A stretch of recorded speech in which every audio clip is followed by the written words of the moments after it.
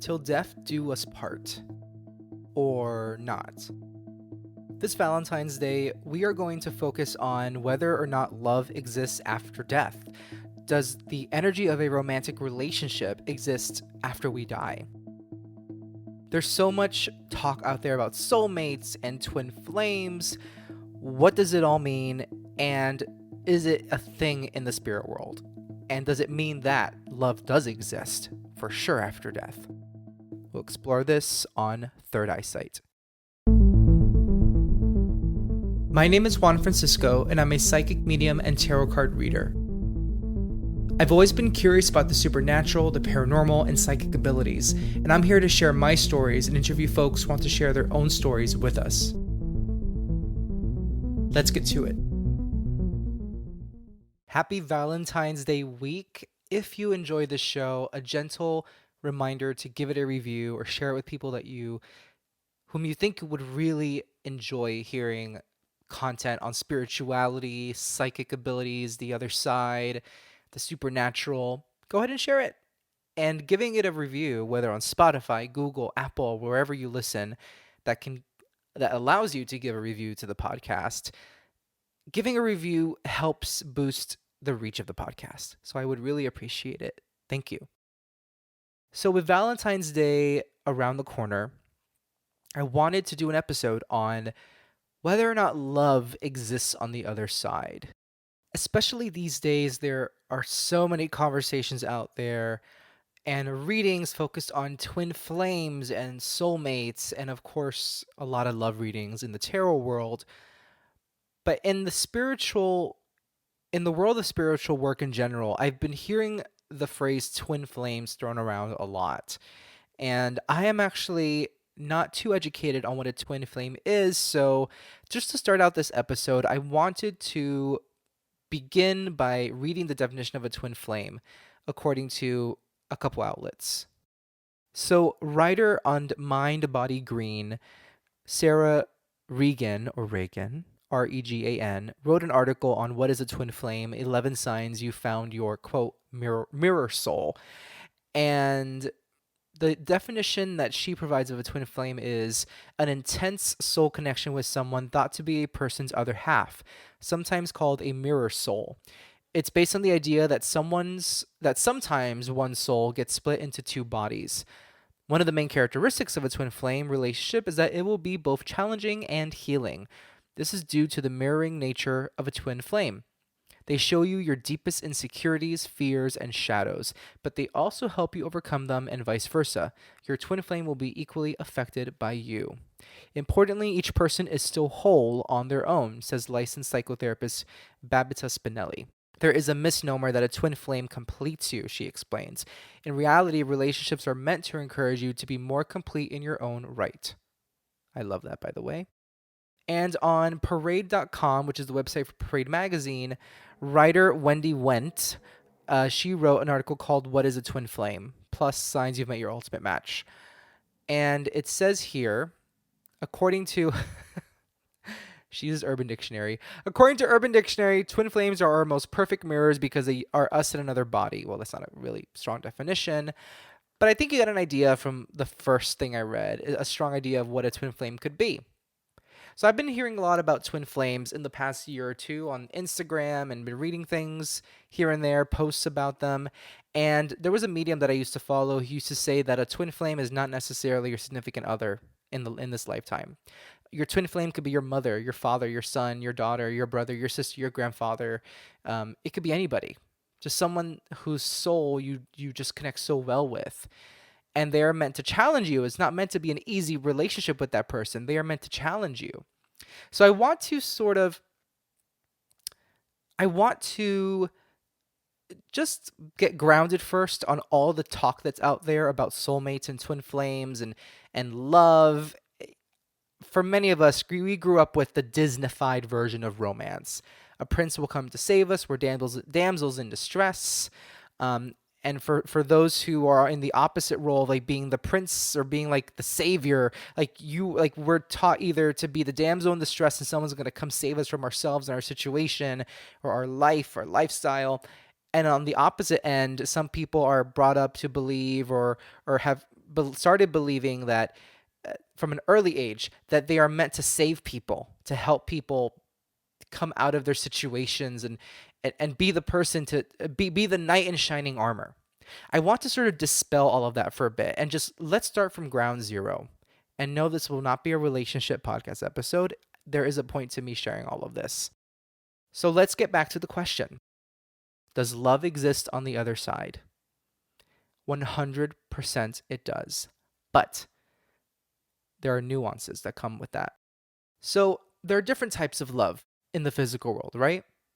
Love for a friend, love for a significant other, love for a parent, love for a child. For some people, for many people, the love for a child is unlike any love they have in their life, even more than the love they have for their romantic partner, which I think makes sense, but I won't speak for everybody. And these different kinds of love, it just shows that love can express itself in different ways and is different according to the type of relationship that it pertains to. On the other side, there is just love, period. There's no different form that comes with it. It doesn't come in different shapes and sizes or different forms and different styles. There is just love, period. That's what I've come to learn. And by the way, everything I share in this podcast episode is what I've come to learn through the things I've read, but also the way I've channeled souls from the other side. Unconditional love just exists as it is in its purest form on the other side.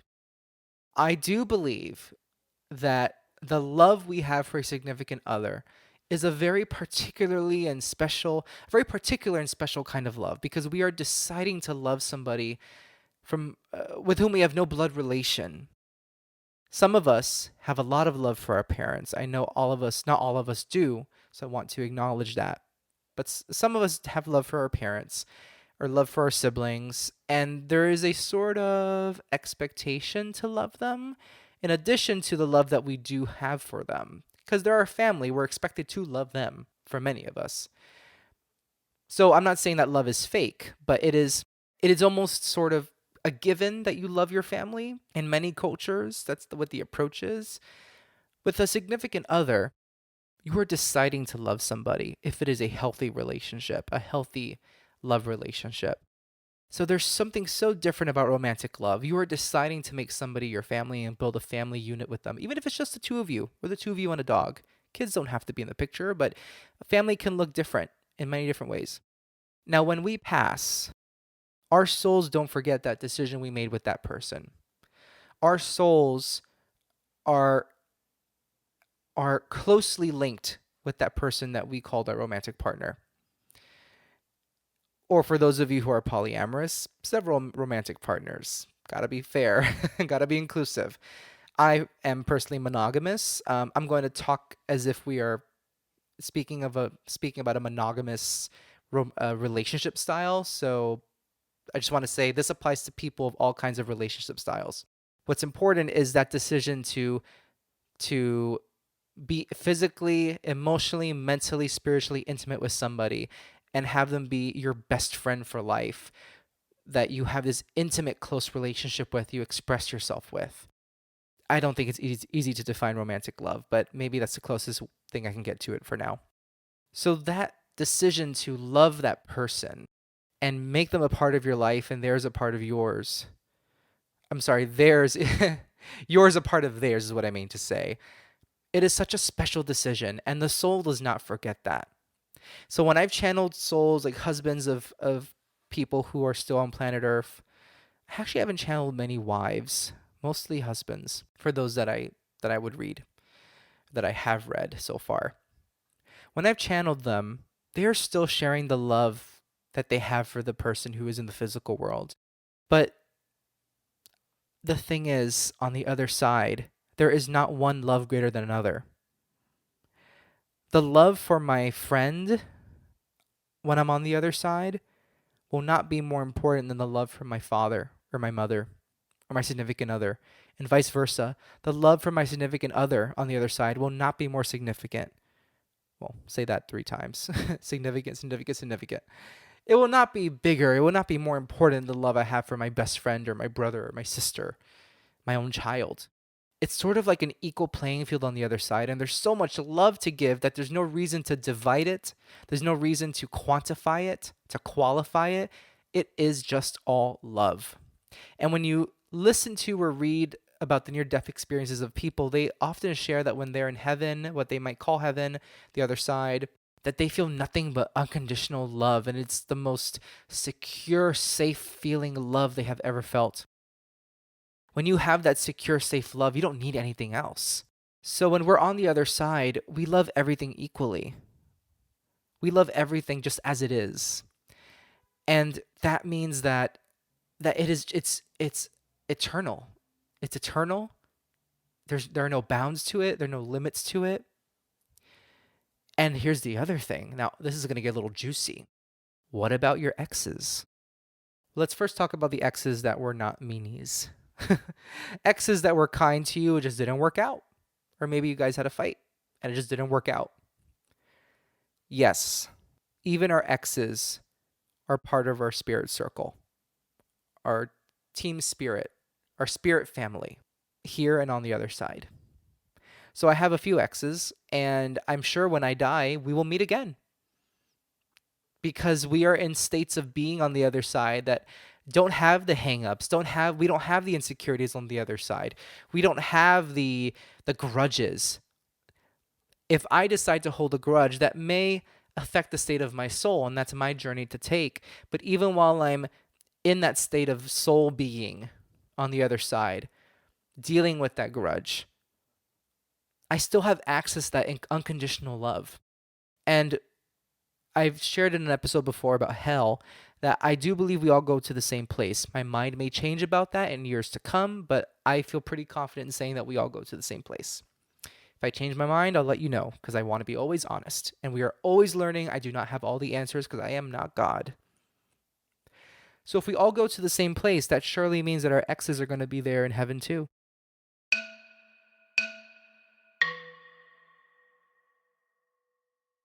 There's a reason we're living as human beings.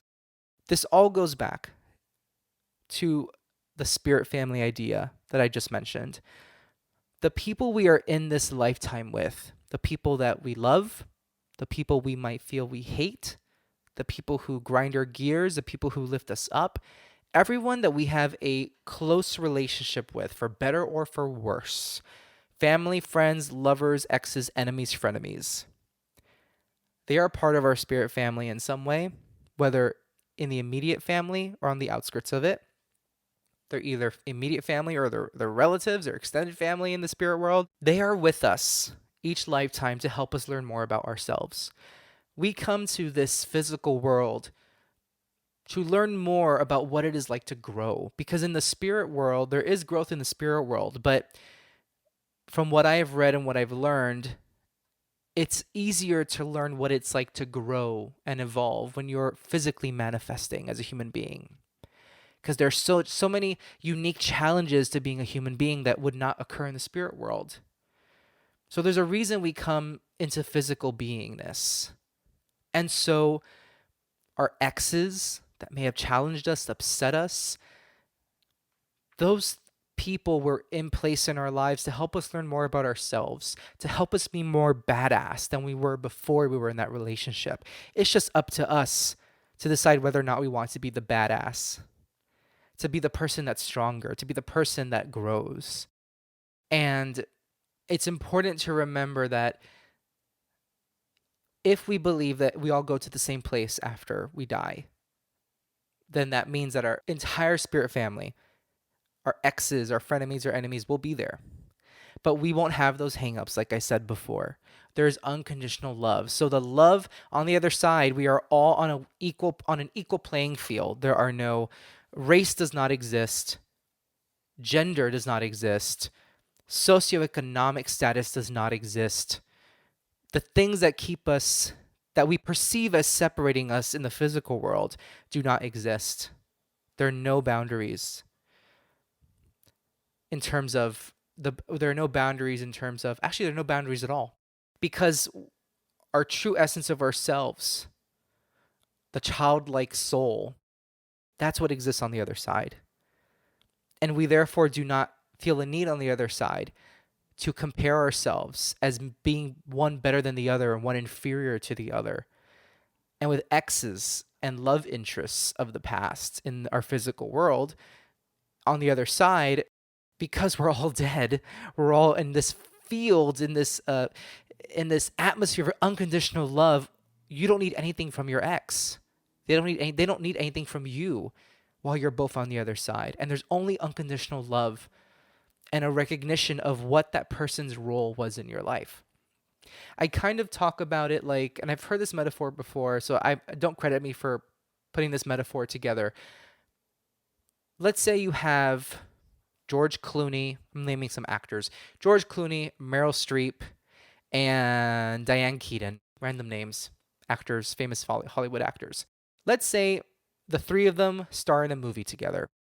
In one, Diane Keaton is a mother, George Clooney is the son, and Meryl Streep is the sister, the daughter. Son and daughter with a mother. They make their movie, the movie's done. They tell a great story.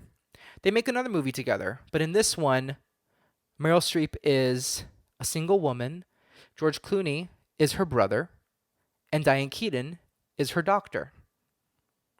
They make another movie. Diane Keaton is in a retirement home, George Clooney is her son, and Meryl Streep is the nurse who works at the retirement home. The same actors playing different roles. And in each movie, each actor is working with the other to make sure that the scene gets done, that the story is conveyed to the audience watching on the other side of the camera. We are all actors. Our souls are almost acting in each lifetime in a different script, all to help each of us fulfill the purpose our soul wants to fulfill. Sometimes someone may be the villain. Sometimes they may be the uplifter. Sometimes the anti-hero. Sometimes they're the person that we fall in absolute love with. And in other lifetimes, other quote-unquote movies, stories, and our Rolodex of lifetimes, they are the person that breaks our heart. But it's all to fulfill the purpose of your soul. What is your soul trying to learn? So you see, our souls are wanting to step into this world to participate in the story. And when we're backstage in heaven, we take off our makeup, we take off our costumes, and we are not those characters anymore. But even an actor brings to their role a part of themselves. So that soul will always be who they are, regardless of the role they take on in each lifetime. But when the actor finishes the play, they're backstage and they talk amongst each other, the actors, differently because they're not in their roles at the moment. On the other side, we are not in those roles, and we are the true essence of who we are. In like a bucket of unconditional love that is the other side. And there's no need for acting anymore because each person has everything they need at the moment while on the other side until maybe they go into the next lifetime with each other. And so when it comes to romantic interests and love, marriages, well, first of all, marriage does not exist on the other side. Marriage is a human construct. Marriage is a human-made institution for legal reasons. Taxes, historically, it was for the continuation of a surname, a last name, for dynasties, for emperors and kings and queens. And marriages look different century to century. Marriage used to not be about love for many, many cultures, for many people. But marriage does not exist on the other side. The soul bond exists on the other side.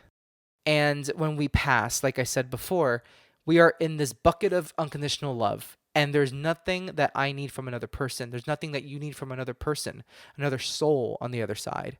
And to be honest, it's almost as if you don't even need the other soul to be happy, to feel fulfilled, to feel the love, because you're all part of it already. They don't need to do anything. So yes, love does continue on the other side, but it's the same love that everybody feels on the other side, regardless of whether they were married, in a partnership, single.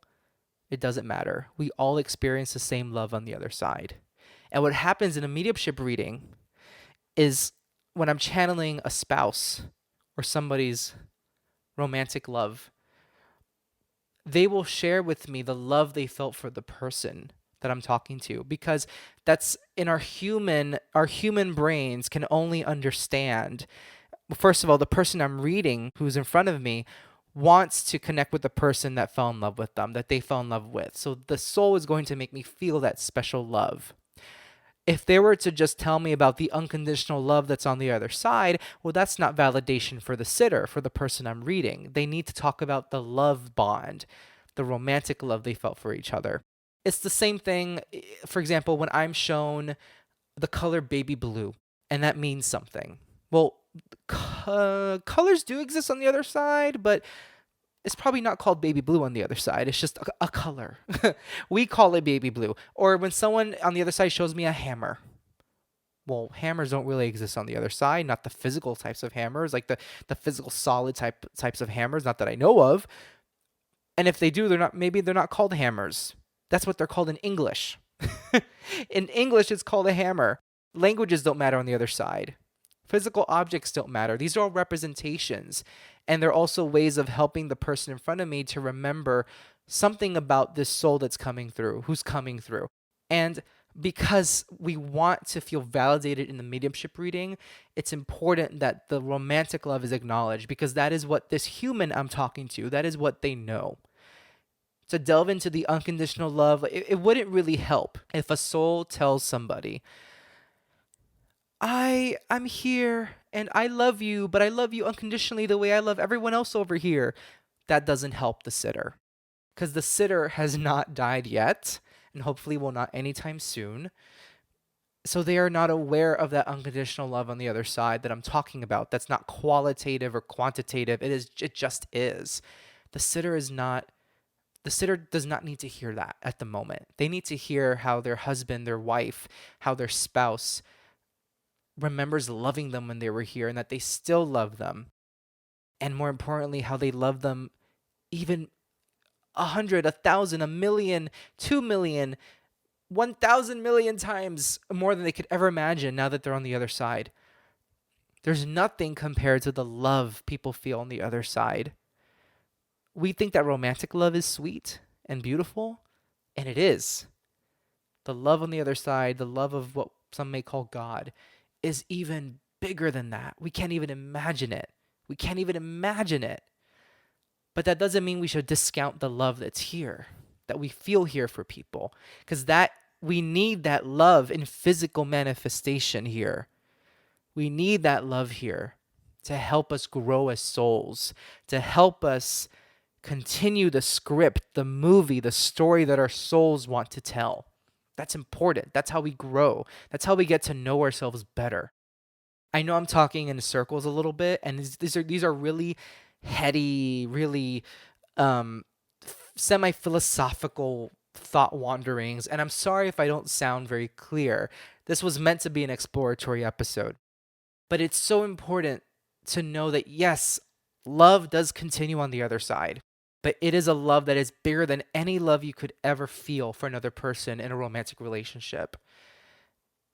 And that's important to remember, because it gives us hope that there is so much love out there for us. So much love out there for us. And look, last thing I want to say here is this doesn't mean that every relationship that comes your way, it's like, oh, this person, they hurt me and they're abusive, but I'm going to love them anyways because there's unconditional love out there. The universe is made of unconditional love, so I should love this person just the way they are. Boundaries are also important in relationship and important as we explore those relationships.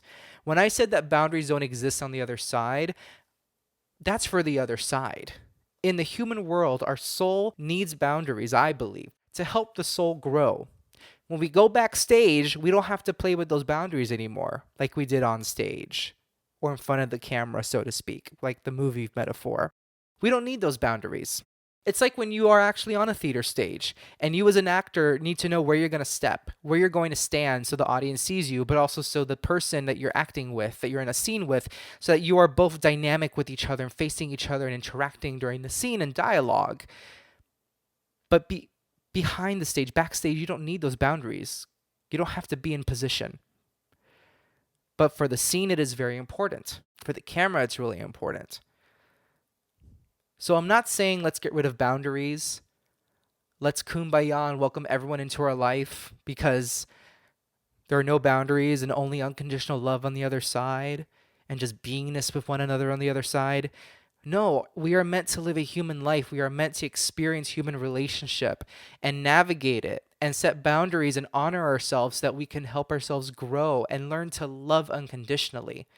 Even if that means setting boundaries, because loving unconditionally does not mean you let people step all over you. It means honoring them and their existence while also honoring your existence and honoring yourself. Sometimes the most honorable thing to do for somebody is to honor yourself. And that's hard. That's really difficult. So I want to reiterate that everything I'm saying about love on the other side is not an excuse or a reason to welcome abusive relationship into your life. Abuse of in any form, emotional, mental, physical. It's not an excuse for that. It's not a reason to do that. I just want to give you the hope that if you've lost a loved one and or a spouse, a romantic partner, that they are still loving you from the other side and is a more perfect love than any love they felt for you when they're in the physical world. But they want you to remember what it was like when they loved you in the physical world, because that kind of love is healing. And if you want to think about the boundless love they feel for you from the other side, maybe that can heal you too. Maybe that can help heal you. Not maybe that in and of itself will not heal you, but it can help heal you, I mean to say.